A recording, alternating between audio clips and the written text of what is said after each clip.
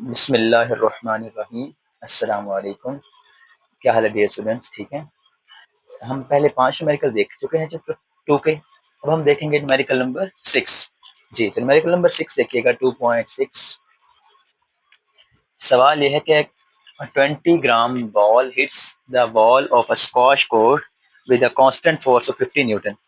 हमें एक बॉल है, कह रहे हैं उसने जो फोर्स लगाई है वो हमें गिवन है 50 न्यूटन। हमें फोर्स गिवन है। सेकंड हमें उसका मैस गिवन है, मैस है 20 ग्राम। ओके, उसके बाद हमें क्या गिवन है? उसके बाद हमें गिवन है टाइम। टाइम गिवन है, टाइम इक्वल टू 0.50 हमें फोर्स गिवन है, मैस गिवन है और टाइम गिवन है। तो हमें फाइंड क्या करना है? हमें फाइंड करना है इम्पल्स। इम्पल्स हमें फाइंड करना है। ओके, आपको पता होगा इम्पल्स का फॉर्मूला क्या होता है। Impulse equal to F cross T.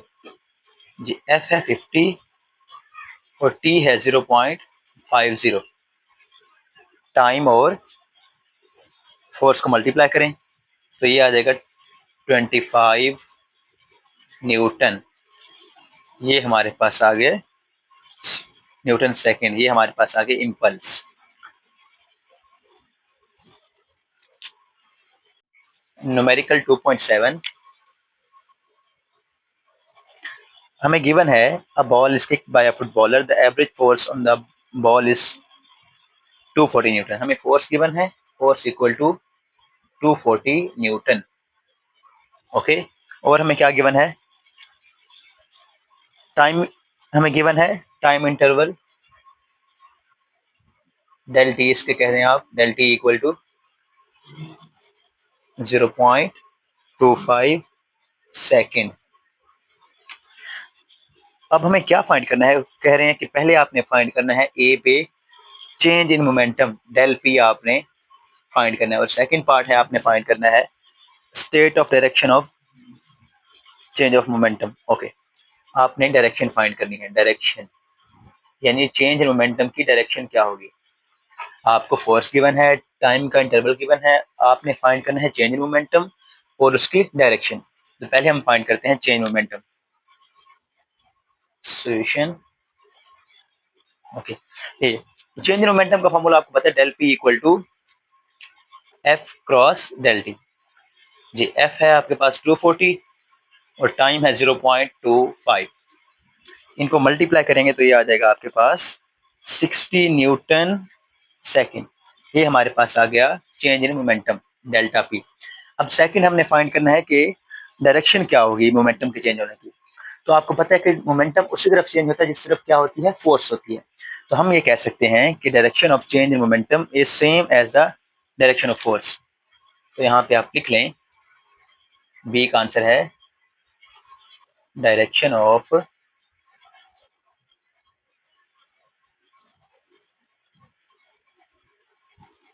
Change in momentum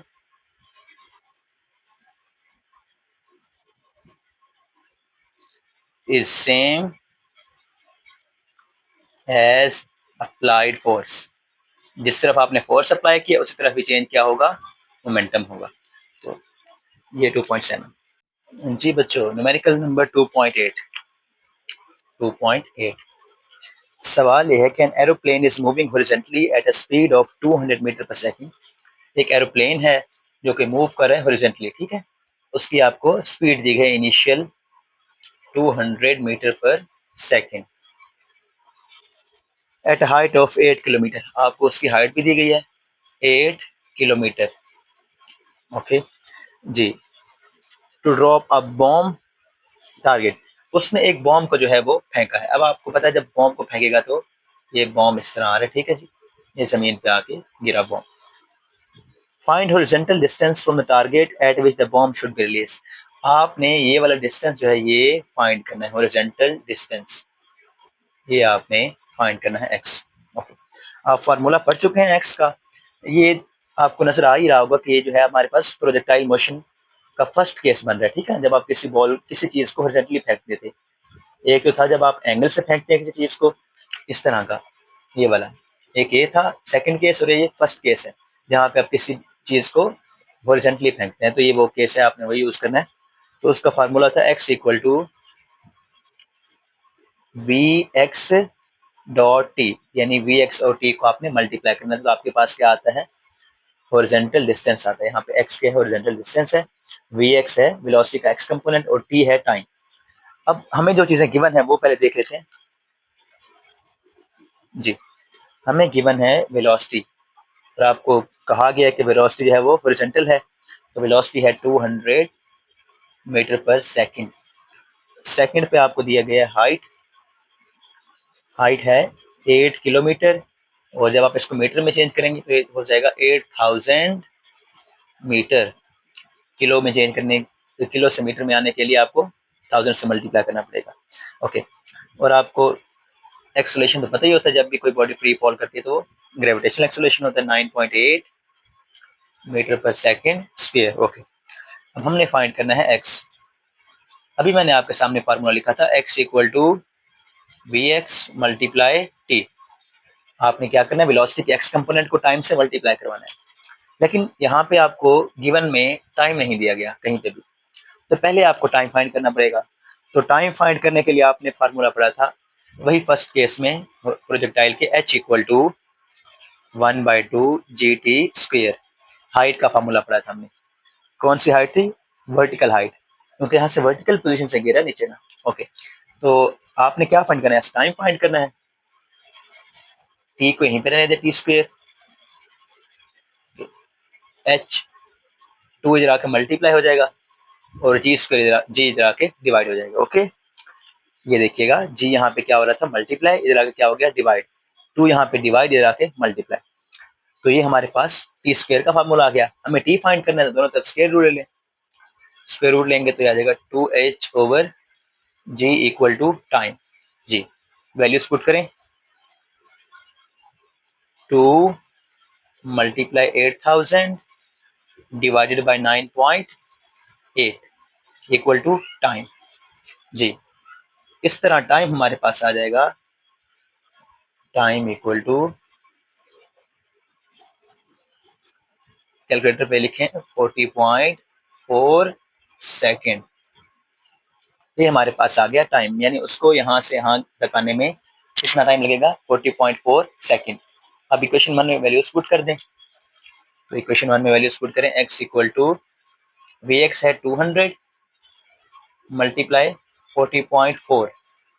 okay, 200 को 40.4 से मल्टीप्लाई करें तो ये आ जाएगा 8080 मीटर, ये हमारे पास आ गया हॉरिजॉन्टल डिस्टेंस।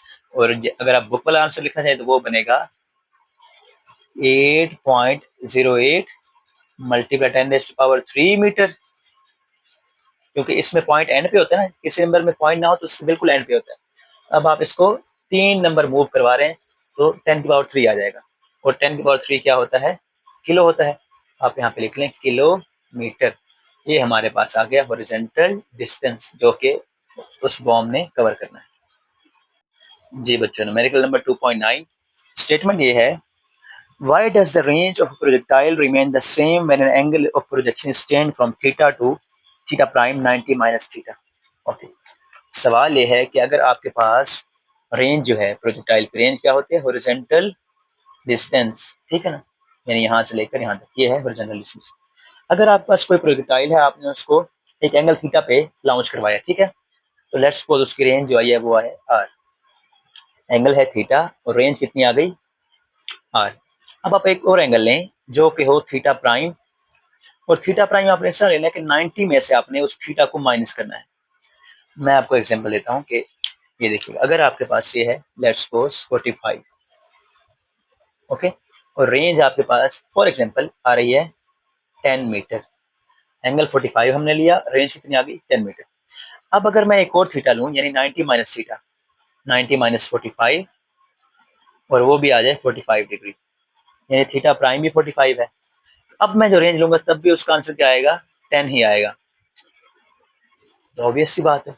लेकिन हम एक और एग्जांपल ले लेते हैं जो थोड़ी सी डिफरेंट हो। अगर मैं एंगल को लूं 30, लेट्स सपोज एंगल 30 लिया मैंने और रेंज मेरे पास आ गई 5 मीटर। ओके, ये एग्जांपल ले रहे हैं। अब मैं एक और एंगल लेता हूं जो कि है 90 माइनस थीटा, यानी 90 माइनस 30 जो कि आएगा 60। अगर मैं इसके ऊपर भी फाइंड करूंगा रेंज तो वो भी कितनी आएगी, 5 मीटर आएगी। फिर वो कहना चाह रहे हैं कि आप क्या करें, प्रूव करें। उम्मीद है आपको समझ आई होगी। दोबारा सुन लें कि अगर आपके पास कोई एंगल हो उस पर आप रेंज फाइंड करें, फिर उसी एंगल को आप 90 में से माइनस करके उस पर रेंज फाइंड करें, दोनों क्या आती हैं, सेम आती हैं। पहला हमारा है ये सवाल का हिस्सा, ठीक है। तो सेकंड ये है कि आपने ये प्रूव करना है कि आर ओवर आर प्राइम वो 1 आएगा, यानी रेंज जो ओरिजिनल थी और जो आपने 90 में से माइनस करने के बाद ली थी, उन दोनों को अगर आप डिवाइड करेंगे, उनको रेशियो लेंगे तो वो क्या आएगा, 1 आएगा। जब सेम होगी तो डिवाइड करने पे 1 ही आएगा, कंफर्म सी बात है। तो यही हमने प्रूव करना है जी। अब हम इसको सॉल्व करते हैं।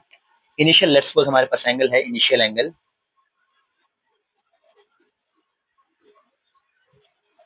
Equal to theta. हमारे पास जो शुरू में एंगल है वो कितना है, थीटा है।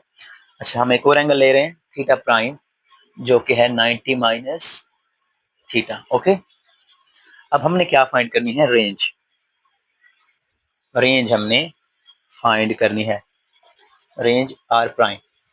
ओके, यानी जो एंगल 90 में से माइनस करने के बाद है उसकी आपने रेंज फाइंड करनी है। तो पहले तो आपको जो है रेंज का फार्मूला पता होना चाहिए। रेंज का फार्मूला क्या होता है, R equal to V I square sine 2 theta over g, ये फार्मूला होता है। ओके जी, इस फार्मूले में ये है किसका, जब आपके पास एंगल था थीटा। अब हम लेते हैं जब हमारे पास एंगल है थीटा माइनस 90, तो for theta prime equal to 90 minus theta जी, इसके लिए हम रेंज फाइंड करते हैं। तो रेंज को हम नाम डिफरेंट दे देते हैं थोड़ा सा, उसको हम कह देते हैं आर प्राइम। आर प्राइम हमारे पास आ जाएगा वी आई स्क्वायर सेम रहेगा साइन 2, जहां पे एंगल था वहां पे क्या पुट कर देंगे, 90 माइनस थीटा। ओके, ओवर जी।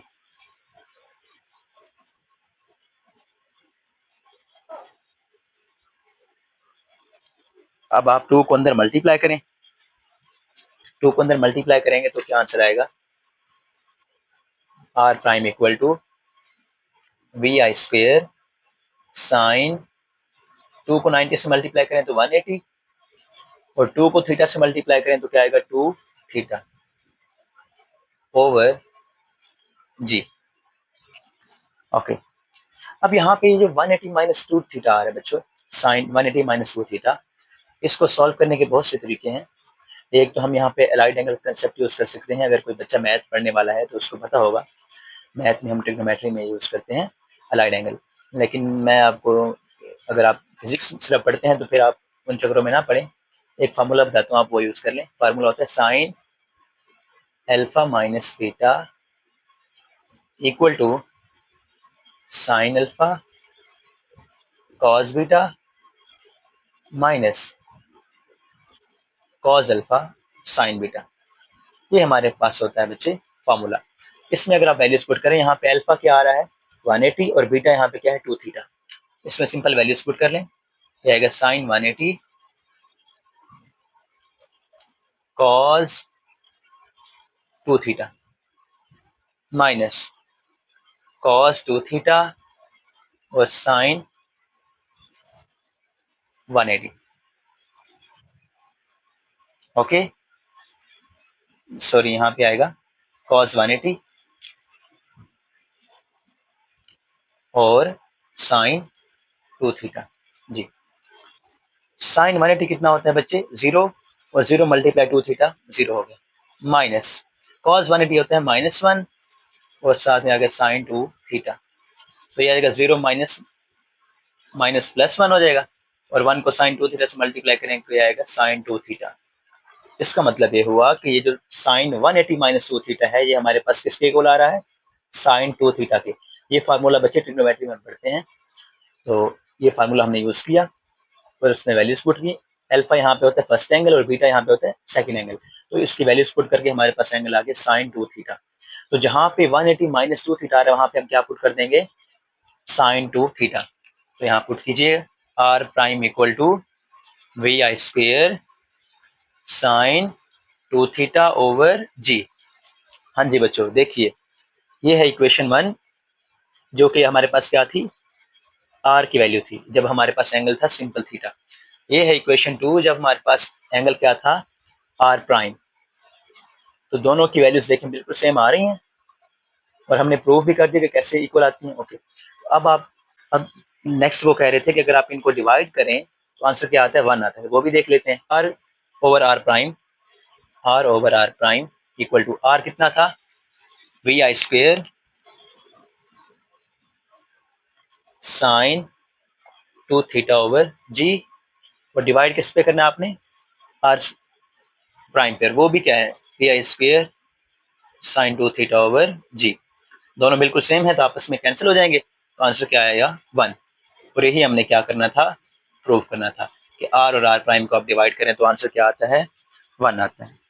तो ये हमारे पास न्यूमेरिकल नंबर 2.9 कंप्लीट हो गया। जी बच्चे, न्यूमेरिकल नंबर 2.10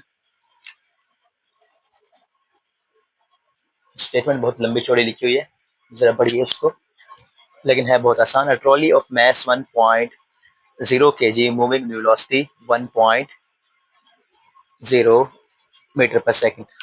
एक ट्रॉली है, उसका मैस है 1.0 kg, मीन्स 1 kg है, 1.0 kg। ओके, और उसकी वेलोसिटी आपको गिवन है, velocity equal to 1.0 metre per second. जी, ट्रॉली का मैस गिवन है और उसका वेलोसिटी गिवन है। Collides with a similar trolley, हाँ जी, एक और ट्रॉली से टकराती है जो कि बिल्कुल सिमिलर है, लेकिन उस मैस उसका कितना होगा, सिमिलर का मतलब मैस सेम होगा। m2 कितना है हमारे पास, m2 भी है 1.0 kg। सिमिलर मीन्स उनका मैस सेम है, बट एट रेस्ट, लेकिन उसकी वेलोसिटी क्या होगी, वो 0 होगी, 0 मीटर पर सेकंड। एक ट्रॉली है जिसका मैस 1.0 kg है, उसकी वेलोसिटी 1 मीटर पर सेकंड है। वो एक और ट्रॉली से टकराती है जिसका मैस 1.0 kg है, लेकिन वेलोसिटी क्या है, 0 है, मतलब वो रेस्ट पे। तो अब आपको क्या कहना चाह रहे हैं, वो कह रहे हैं after collision the first trolley comes at rest. जी, पहले है कि टकराने के बाद क्या हुआ, जो पहली ट्रॉली थी जो कि मूव कर रही थी with velocity 1.0 metre per second, वो रेस्ट पे आ गई है। और जो सेकंड है वो मूव करना शुरू कर दिया है उसने 1.0 मीटर पर सेकंड वेलोसिटी के साथ। देखिए ये वेलोसिटी, ये एक फर्स्ट ट्रॉली है, ओके, ये एक और सेकंड ट्रॉली है, दोनों का मैस सेम है। इसकी वेलोसिटी जो है वो 0 है, जबकि इसकी वेलोसिटी कितनी है, v1 1 मीटर पर सेकंड। टकराने के बाद जब इनका कोलिजन हुआ, इसकी वेलोसिटी इसको मिल गई और इस वाले की इसको मिल गई, यानी v2 जो है टकराने के बाद v2 प्राइम वो होगी 1 मीटर पर सेकंड, जबकि v1 प्राइम जो है वो हमारे पास है 0 मीटर पर सेकंड। दोनों बॉडीज की वेलोसिटीज क्या हो गई हैं, इंटरचेंज हो गई हैं। तो आपको क्या कह रहे हैं, वो कह रहे हैं आप ये फाइंड करें कि this is an example of elastic collision. आपने ये बताना है कि जब टकराने के बाद उनकी वेलोसिटीज इंटरचेंज हो गई हैं, तो ये एक एग्जांपल है इलास्टिक कोलिजन की। बच्चों, उम्मीद है आपने इलास्टिक कोलिजन का टॉपिक पढ़ा होगा अच्छी तरह से। तो इलास्टिक कोलिजन जो है, अगर आपने नहीं पढ़ा तो उसको जाके वीडियो देख लें, elastic collision in one dimension की। उसको हमने कम्प्लीटली जो है पढ़ा था थॉरली। तो उसमें क्या होता है, उसमें जो है बॉडीज की काइनेटिक एनर्जी क्या रहती है, कंजर्व रहती है। मतलब काइनेटिक एनर्जी इनिशियल और काइनेटिक एनर्जी फाइनल क्या होती है, कंजर्व होती है। फर्स्ट में हमने ये प्रूव करना है, ओके। मतलब अगर इलास्टिक कोलिजन है तो उनकी काइनेटिक एनर्जी क्या रहेगी, सेम रहेगी। टकराने से पहले और टकराने के बाद की वेलोसिटीज और मैस, अगर देख, अगर वो इलास्टिक कोलिजन है तो टकराने से पहले काइनेटिक एनर्जी और टकराने के बाद की काइनेटिक एनर्जी क्या रहेगी, सेम रहेगी। तो ये आपने क्या करना है, प्रूव करना है। तो पहले आप फाइंड कर लें काइनेटिक एनर्जी इनिशियल। इनिशियल जी 1/2 m1 v1 का स्क्वायर प्लस 1/2 m2 v2 का स्क्वायर। जी, 1/2 मैस कितना था 1.0, और वेलोसिटी भी 1.0 प्लस 1/2 मैस कितना था m2 1.0 जबकि वेलोसिटी कितनी थी 0। अगर आप इनको मल्टीप्लाई करेंगे 1.2 को 1 से मल्टीप्लाई करेंगे फिर 1 से मल्टीप्लाई करेंगे आ जाएगा 1.2 1/2 प्लस 0 से मल्टीप्लाई करेंगे तो सारा क्या हो जाएगा 0। तो 1/2 जाउल ये आपके पास क्या आ गई इनिशियल काइनेटिक एनर्जी, जिसको आप 0.5 जाउल भी कह सकते हैं। ये हमारे पास है काइनेटिक एनर्जी बिफोर कोलिजन। अब हम देखते हैं काइनेटिक एनर्जी आफ्टर कोलिजन, यानी टकराने के बाद क्या काइनेटिक एनर्जी सेम रहती है या नहीं रहती। अगर तो सेम रहेगी फिर वो क्या होगा इलास्टिक कोलिजन होगा, अगर सेम नहीं रहेगी तो फिर वो नहीं होगा। देखते हैं काइनेटिक एनर्जी फाइनल, सिमिलरली वही फॉर्मूला यूज करें 1/2 m1 v1 square plus 1/2 m2 v2 prime कहते हैं इनको। ओके, प्राइम मीन्स टकराने के बाद की वेलोसिटीज। 1/2 m1 कितना है जी वही है मैस, वेलोसिटी क्या हो गई थी चेंज हो गई थी, v1 कितनी हो गई है 0 जबकि 1/2 m2 है 1.0 और v2 भी है 1.0। मतलब ये हुआ कि उनकी वेलोसिटीज क्या हो गई हैं इंटरचेंज हो गई हैं। जो पहले v1 थी 1 अब वो 0 हो गई है और जो v2 पहले 0 थी अब वो क्या हो गई 1 हो गई। तो अगर इनको मल्टीप्लाई करेंगे 0 मल्टीप्लाई तो 0 हो जाएगा सारा, जबकि इनको अगर हम मल्टीप्लाई करेंगे तो आ जाएगा 1/2। 1/2 को मल्टीप्लाई करें 1.0 के साथ फिर मल्टीप्लाई करें 1.0 के साथ तो आ जाएगा 1/2 जाउल या फिर 0.5 जाउल। ये हमारे पास है टकराने के बाद की काइनेटिक एनर्जी। आप खुद देख लें कि टकराने से पहले की काइनेटिक एनर्जी और टकराने के बाद की काइनेटिक एनर्जी दोनों क्या आ रही है सेम आ रही है। मतलब ये एक इलास्टिक कोलिजन की एग्जांपल है। तो आप यहाँ पे लिख लें as kinetic energy initial equal to kinetic energy final, so it is an example of elastic collision। Okay, first part हमारा कंप्लीट हो गया। ये सेकंड पार्ट में वो कह रहे हैं कि अब दोनों ट्रॉलीज जो हैं आपस में टकराई हैं। ओके, आपस में टकराई, टकराने के बाद क्या हो गई वो आपस में स्टिक टुगेदर हो गई, यानी वो दोनों इकट्ठी हो गई हैं आपस में चिपक गई हैं। अब उनकी जो वेलोसिटी है वो वी सी मतलब कॉमन वेलोसिटी हो गई, जिसको उन्होंने गिवन किया है 0.5 मीटर पर सेकेंड। कहना ये चाह रहे हैं कि अब ऐसा कोलिजन हुआ है कि टकराने के बाद उनकी वेलोसिटीज डिफरेंट नहीं हुई, जब बल्कि मैस क्या हो गया इकट्ठा हो गए, दोनों दोनों बॉडीज स्टिक टुगेदर हो गई हैं और उनकी वेलोसिटी जो है वो 0.5 मीटर पर सेकेंड है। अब आपने ये प्रूव करना है कि ये जो एग्जांपल है ये किसकी है, एक इनइलास्टिक कोलिजन की है। तो जी सेकंड पार्ट वी सी आपको गिवन है, V C means common velocity 0.5 metre per second. तो आपको पता ही होगा कि जो इनइलास्टिक कोलिजन होता है उसमें क्या होता है काइनेटिक एनर्जी जो है वो कंजर्व नहीं रहती, मतलब इनिशियल और फाइनल सेम नहीं आएगी। तो ये हम देखेंगे कि फाइनल और इनिशियल सेम नहीं आएंगी। जी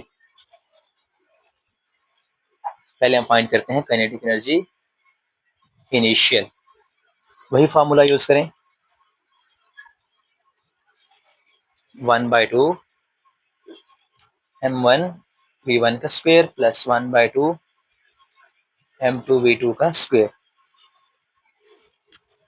1/2 m1 कितना है 1.0 और v1 है 1.0 का स्क्वायर प्लस 1/2 1.0 और 1.0 का स्क्वायर। ओके जी, अगर आप इनको सॉल्व करेंगे तो ये सॉरी v2 0 थी इनिशियली, ये 0 हो जाएगा जबकि ये आएगा 1/2 और ये आ जाएगा 0.5 जाउल। ये हमारे पास है काइनेटिक एनर्जी इनिशियल, मींस टकराने से पहले बिफोर कोलिजन उनकी काइनेटिक एनर्जी कितनी थी 0.5 जाउल। अब हम देखते हैं कि टकराने के बाद क्या हुआ। हमने कहा है कि टकराने के बाद क्या हुआ, उनके मैस इकट्ठे हो गए, दोनों ट्रॉलीज जो है वो इकट्ठी हो गई हैं। ओके, और उनका मैस है उसको आप कहते हैं कैपिटल एम और उनकी वेलोसिटी है वी सी या फिर वी एफ कह दें। तो अब हम फार्मूला बनाएंगे kinetic energy final equal to 1/2 mass m है कैपिटल और वेलोसिटी है v c का स्क्वायर। अब यहाँ पे सेकंड वाली नहीं होगी, तो दोनों बॉडीज इकट्ठी हो गई हैं, तो वैल्यूज पुट करें 1/2 m कितना होगा, m जो होगा वो आपके पास होगा m1 प्लस m2, यानी दोनों मैसेज को सम करके आएगा, तो 1 प्लस 1 1.0 प्लस 1.0 2 आ जाएगा, और vc है 0.5 का स्क्वायर। अगर आप इसको सॉल्व करें तो ये आएगा 0.25 जाउल। ये हमारे पास है काइनेटिक एनर्जी फाइनल। जी देखिए, इनिशियल काइनेटिक एनर्जी कितनी थी 0.5, यानी टकराने से पहले, और आफ्टर कोलिजन 0.25, मींस दोनों आपस में सेम नहीं है। तो ये कौन सा कोलिजन है, ये है इनइलास्टिक कोलिजन। तो यहाँ पे लिख लें as kinetic energy initial does not equal to kinetic energy final, so collision is inelastic. Numerical number 2.11, आपको कहा गया railway wagon of mass 4.0 multiple 10⁴ kilogram. एक रेलवे वैगन है, उसका मैस है m1 4 multiple 10⁴ kg। Okay, moving with velocity, उसकी velocity आपको given है 3 मीटर पर सेकंड।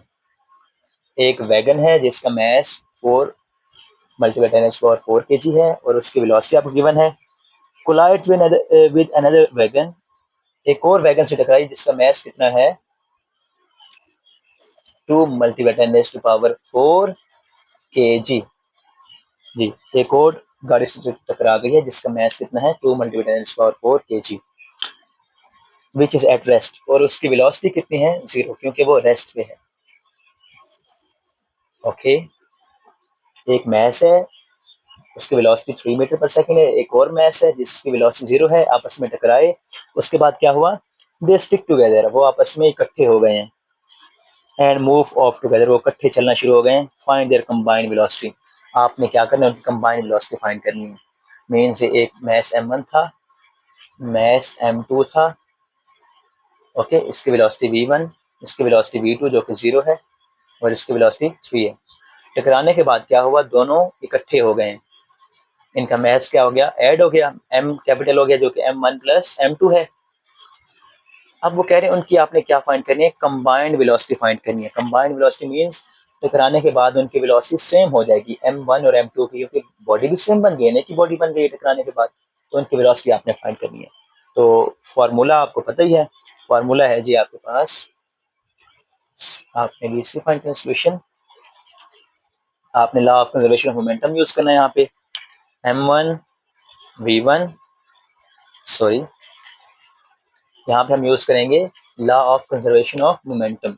तो उसका फार्मूला था initial momentum of system equal to final momentum of system. तो इनिशियल मोमेंटम कितना है m1 v1 plus m2 v2, momentum of first wagon plus momentum of second wagon equal to momentum after collision. तो after collision क्या है जी, mess है m1 plus m2 और उसकी velocity है vc, कंबाइंड वेलोसिटी। ओके, वो हमने कॉमन ले लिया vc यहाँ से, तो इसमें वैल्यूज पुट करें। हमने फाइंड क्या करना है, पहले ये देख लें, vc फाइंड करना है हमने ना, तो vc को एक साइड पे रख लें आप, तो यहाँ पे लिख लें m1 v1 plus m2 v2 over m1 plus m2। जी, अब वैल्यूज पुट कीजिए यहाँ पे,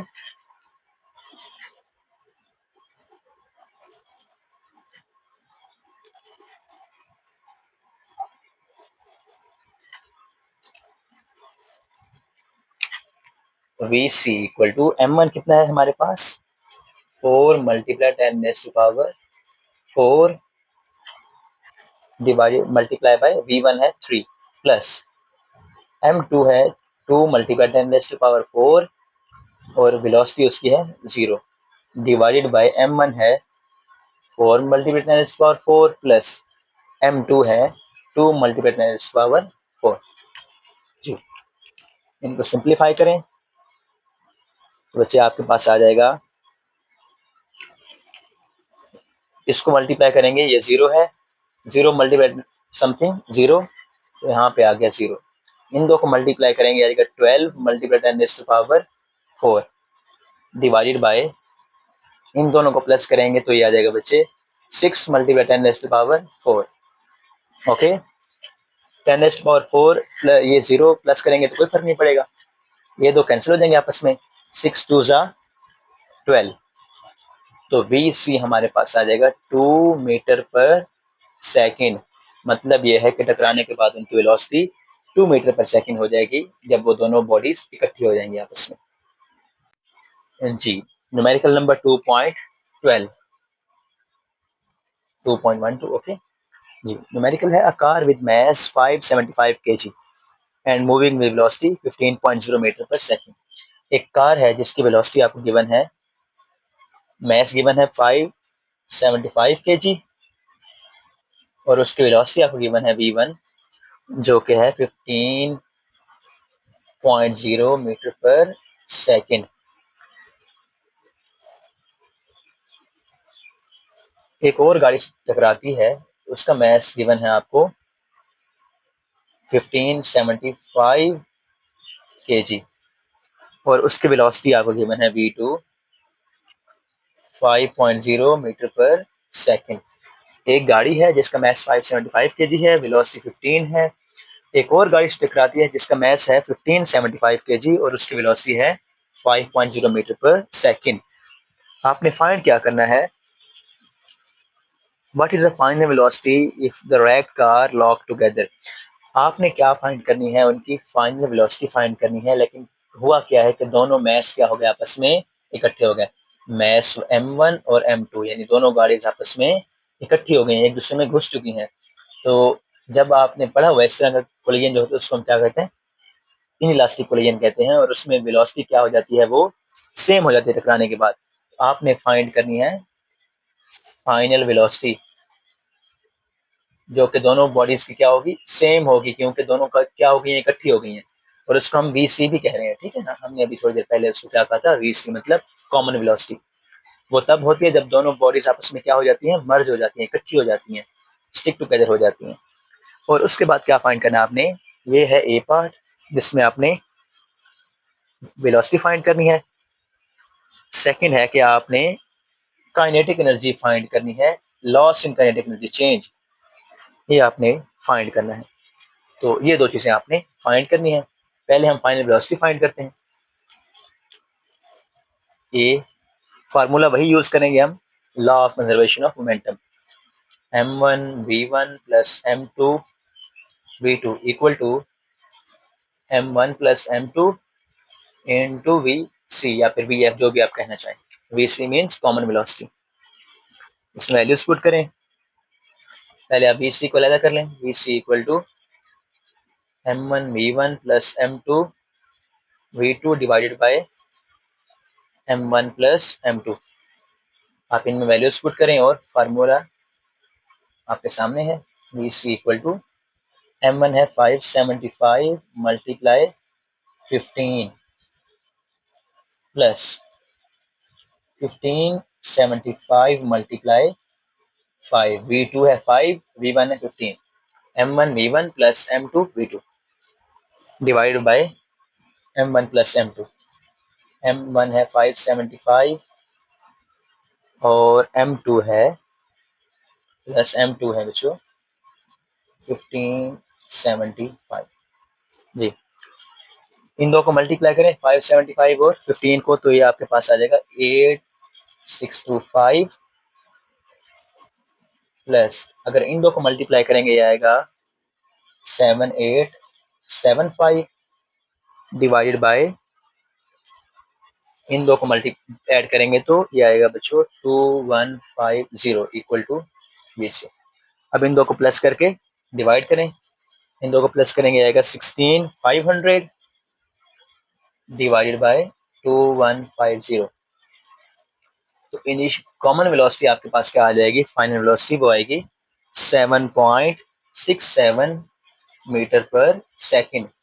ये हमारे पास है वो वेलोसिटी जिसके बाद वो मूव करेंगी आफ्टर कोलिजन, टकराने के बाद उनकी वेलोसिटी सेम हो जाएगी, जो कि होती है vc 7.67 metre per second. B part में वो कह रहा है कि आपने फाइंड करनी है लॉस इन काइनेटिक एनर्जी, यानी change in kinetic energy del K E, ये आपने क्या करनी है, फाइंड करनी है। तो इसका फार्मूला होता है del K E kinetic energy initial minus kinetic energy final, means जो बिफोर कोलिजन काइनेटिक एनर्जी थी और जो फाइनल है उनको आपस में माइनस कर दें। इनिशियल में से फाइनल को माइनस करेंगे तो आपके पास क्या आ जाएगा, चेंज। तो पहले है तो हम ये फाइंड करते हैं ना इनिशियल और फाइनल वाली। इनिशियल के ई आई, फार्मूला 1/2 m1v1 का स्क्वायर प्लस 1/2 m2v2 का स्क्वायर। वैल्यूज पुट करें, 1/2 m1 था 575 और v1 है 15 ऊपर स्क्वायर प्लस 1/2 m2 है 1575 और m2 है v2 है बच्चों 5 का स्क्वायर। जी, इनको आप सॉल्व करेंगे, कैलकुलेटर पे लिख के सॉल्व करें तो वो आ जाएगा 6468 प्लस, इनको सॉल्व करेंगे तो वो आ जाएगा 19687.5 और इनको प्लस करेंगे तो आंसर आएगा 84375 जाउल। ये हमारे पास आ गई काइनेटिक एनर्जी इनिशियल। अब हम फाइंड करते हैं काइनेटिक एनर्जी फाइनल। जी, के ई एफ 1/2 मैस हमारे पास m1 प्लस m2 हो गया था क्योंकि दोनों बॉडीज आपस में इकट्ठी हो गई थी, और वेलोसिटी है उनकी vc का स्क्वायर। इसमें वैल्यूज पुट कीजिए, 1/2 m1 प्लस m2 575 प्लस 1575 और कॉमन वेलोसिटी कितनी थी 7.67 का स्क्वायर। अगर आप इनको सॉल्व करेंगे तो आपके पास आ जाएगा बच्चों 63244 जाउल। ये आप कैलकुलेटर पे लिखेंगे तो आपके पास इंशाल्लाह डायरेक्ट आंसर आ जाएगा। अब हम फाइंड करते हैं चेंज। तो इक्वेशन 1 में वैल्यूज पुट करें, इक्वेशन 1 में वैल्यूज पुट करेंगे del K E equal to initial कितनी थी 84375 माइनस फाइनल कितनी है 63244। जी, इन दोनों को माइनस करेंगे तो आंसर आ जाएगा 21131 जाउल। ये हमारे पास है चेंज इन काइनेटिक एनर्जी, यानी इतनी काइनेटिक एनर्जी लॉस हो चुकी है ड्यूरिंग कोलिजन। आप इसको यूं भी लिख सकते हैं del K E equal to 2.11 multiply 10⁻⁴ joule.